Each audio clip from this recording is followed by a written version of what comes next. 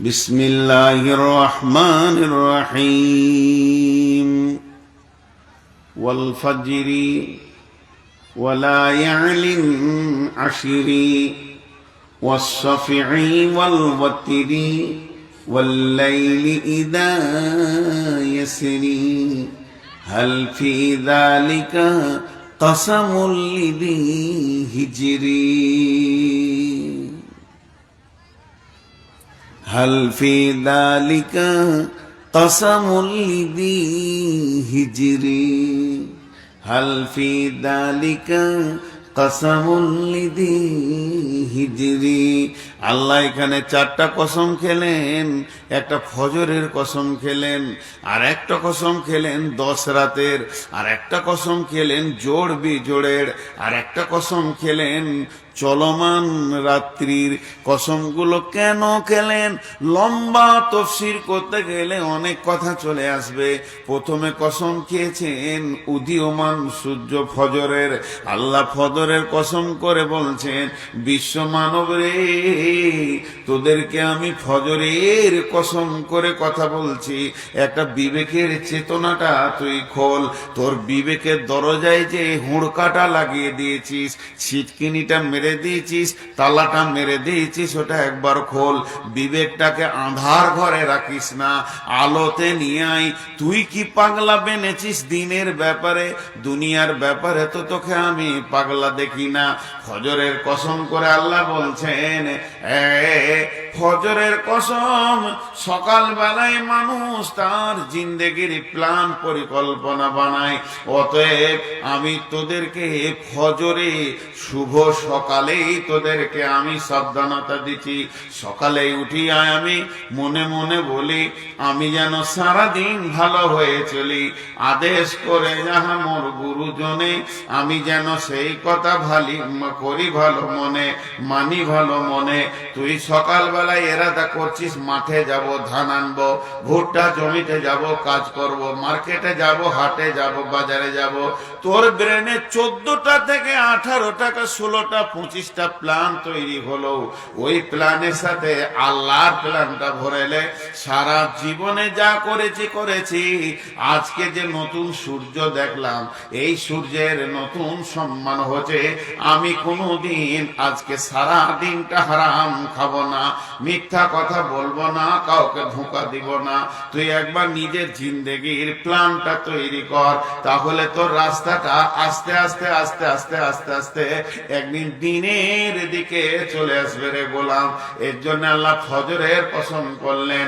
আবার আর একটা সূরা আছে, সূরাটার নাম হলো আসর। আল্লাহ দুইটি সময়ের নামে দুটি সূরাকে নাজিল করেছেন। একটা হলো সূর্য ওঠার সময়, একটা সূর্য ডোবার সময়।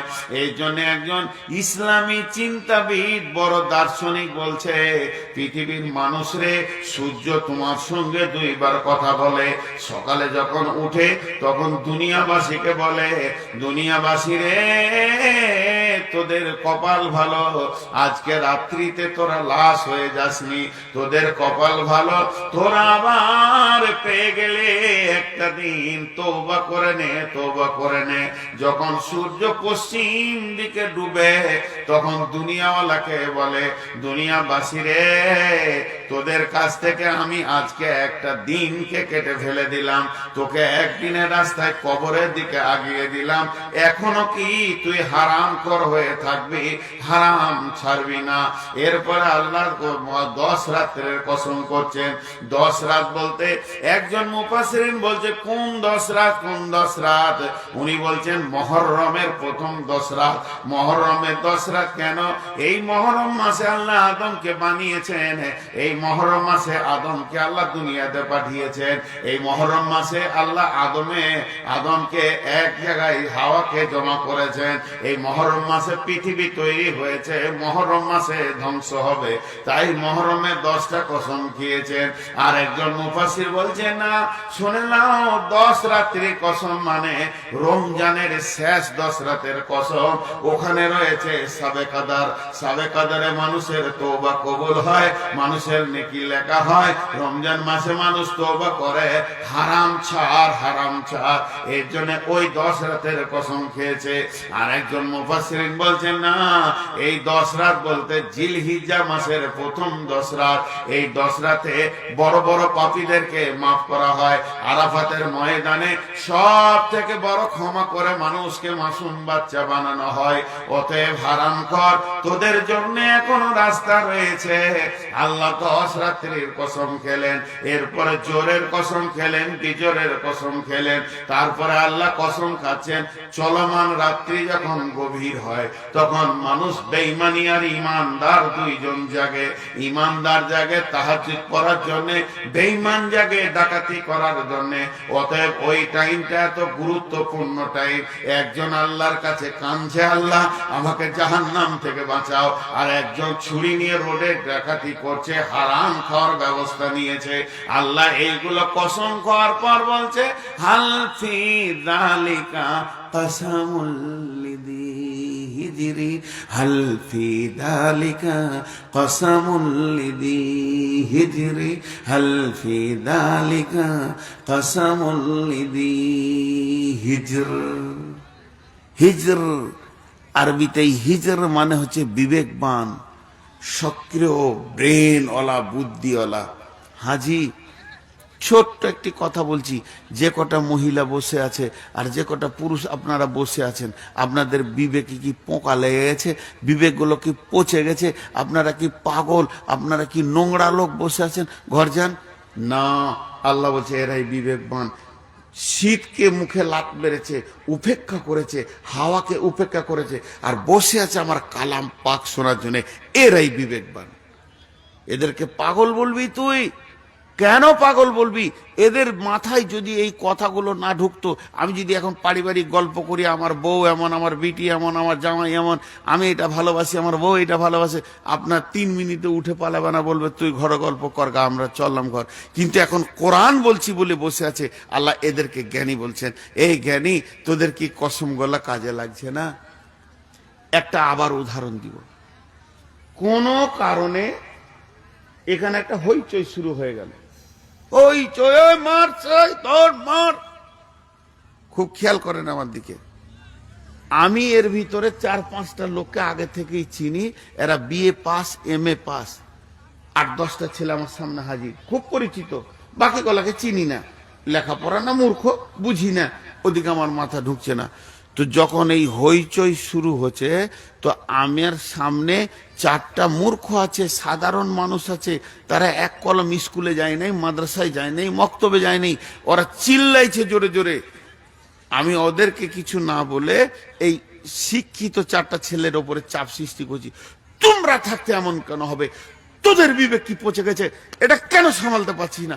চাপ দিচ্ছি শিক্ষিতকে, আর লাফাচ্ছে মূর্খ।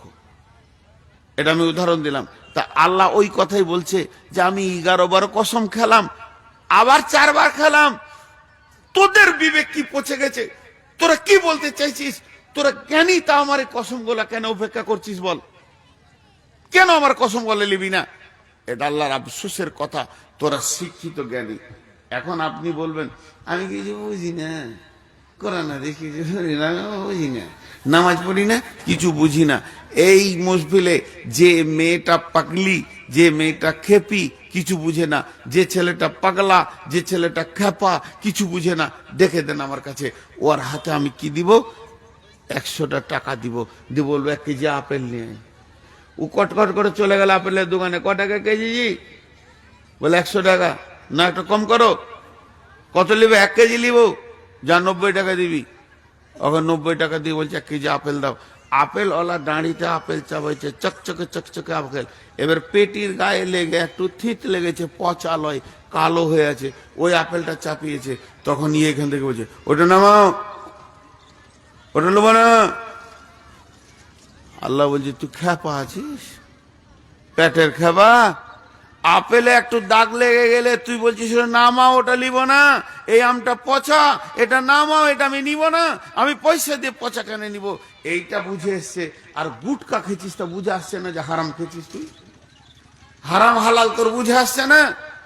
আমার সাথে পাগলামো শুরু করেছিস, তুই জর্দা খেয়েছিস, খৈনি খেয়েছিস, বিড়ি খেয়েছিস, তামাক খেয়েছিস, মদ খেয়েছিস, জুয়া খেলছিস, চুরি করে, ডাকাতি করে, ডানি মেরে, বেইমানি করে, মিথ্যে কথা বলে, যত হারামকে তুই স্বাগতম জানিয়ে দিয়েছিস, হালালের তোর খোঁজই নেই।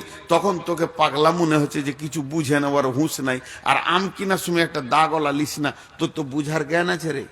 এই জন্য আল্লাহ বলছেন হালফি দালিকা কাসামুল লিজি হিজরি, আমার এই কসমগুলো কি বিবেকবানদের জন্য নয়। আর একজন মুফাসসির বলছে বিবেকবান কেন বললেন আল্লাহ, বিবেকবান কেন বললেন আল্লাহ? পৃথিবীর বুকে যতগুলো গাড়ি আছে সব গাড়ির একটা ব্রেক আছে। কত সুন্দর উদাহরণ দিয়েছে, একটা ট্যাক্সির ব্রেক আছে, মাইক্রো ব্রেক আছে, মারুতির ব্রেক আছে, সাইকেলের ব্রেক আছে, মোটরসাইকেলের ব্রেক আছে, ট্রেনের ব্রেক আছে, প্লেনের ব্রেক আছে, হেলিকপ্টারের ব্রেক আছে। পৃথিবীর বুকে যত গাড়ি আছে সব ব্রেক আছে, কিন্তু ব্রেক তো কাজে লাগবে না যদি ঘুমিয়ে যায় মানুষটা। মানে ড্রাইভার যদি ঘুমিয়ে যায় তাহলে ওর ব্রেক কাজে লাগবে না। ড্রাইভার যদি মদ খায় ওর ব্রেক কাজে লাগবে না। ড্রাইভারের ব্রেনটা যদি উইক হয়ে যায় ওর কোনো ব্রেন আর কাজে লাগবে না। আর ব্রেক যত দামি হোক আর যত নতুন হোক গাড়ি, ব্রেক কাজে লাগবে না কখন? যখন ড্রাইভারের ব্রেনটা শেষ হয়ে যাবে। আল্লাহ তাবারাক ওয়া তাআলা বলছেন রোডে দৌড়তে একটা ট্রাক, মানে ড্রাইভার ঘুমিয়ে গেছে, ট্রাকটা তখন রোড ছেড়ে দিয়ে মানে সবজি মার্কেটে ঢুকে গেছে শামসিতে, আর মারমার করে হাজার হাজার লোককে মেরে দিয়ে চলে গেল। কেন না? ওর বিবেকটা শেষ হয়ে গেছিল, ঘুমিয়ে গেছিল। ট্রাকটা রোডে চলতে বেলাইন হয়ে গেছে। আল্লাহ বলছে হে বিশ্ব মানব রে, তোদেরকে আমি ব্রেন দিলাম, বুদ্ধি দিলাম, দুনিয়াটা কত সুন্দর সাজিয়ে গোছিয়ে করছিস, আর ওই ব্রেনটাকে নিয়ে আর তুই হারাম থেকে নিজেকে ব্রেক করছিস না। যত হারাম আছে তার ভিতরে তুই গাড়ি চালিয়ে দিছিস মার করে, তাহলে তোর বিবেক কি নষ্ট হয়ে গেছে? তোর বিবেক কি কোনো কাজে লাগবে না? তোদের ব্রেনের ব্রেকটা কি হলো রে? এত ঢিল কেন?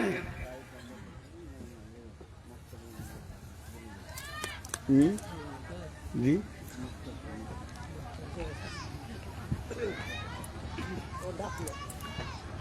আসসালামু আলাইকুম। আমাদের প্যান্ডেলে যথেষ্ট মাংস আছে, যিনারা কিনার ইচ্ছা 200 টাকা করে কিলো হিসাবে দিচ্ছে, আপনারা নিতে পারেন। তাহলে চলে গেলে আমি জালসা করবো। মাংস শেষ, তা বললে লাভ কি হলো? মাংস শেষ নাই, আর নাই রে বাপু। জি, নাই মাংস। আমি আপনাদের মুখ থেকে একটা ছোট্ট আওয়াজ শুনতে চাইছি। আমি যে বিষয়টা বলছি বুঝতে পারছেন তো? তুমি কামিয়াব কখন হবে? বিবেকটা কাজে লাগাও। দিয়ে যে সূরা বাকারার আয়াত পড়েছি, আল্লাহ কি বলছেন দেখেন এখানে। এখন সব গোস্ত কিনতে বের চলে গেল, যা আর জলসাকে শুনবেন। যান, দুজন গেল, যান খরিদার দাঁড়িয়ে জানা, 3 জন গেল, 4 জন গেল। আর বলে লাভ হচ্ছে মাইকে বললেন যে মাংস আছে, আর মুখে বলছেন শেষ হয়ে গেছে। যান, আপনি যান, নাহলে পাবেন না শেষ গেলে। এবার আমার কথাটার দিকে একটু আগান। আল্লাহ রাস্তা দিচ্ছে, আমি আর বেশিক্ষণ থাকবো না, পুরো 12টায় শেষ করবো ইনশাআল্লাহ।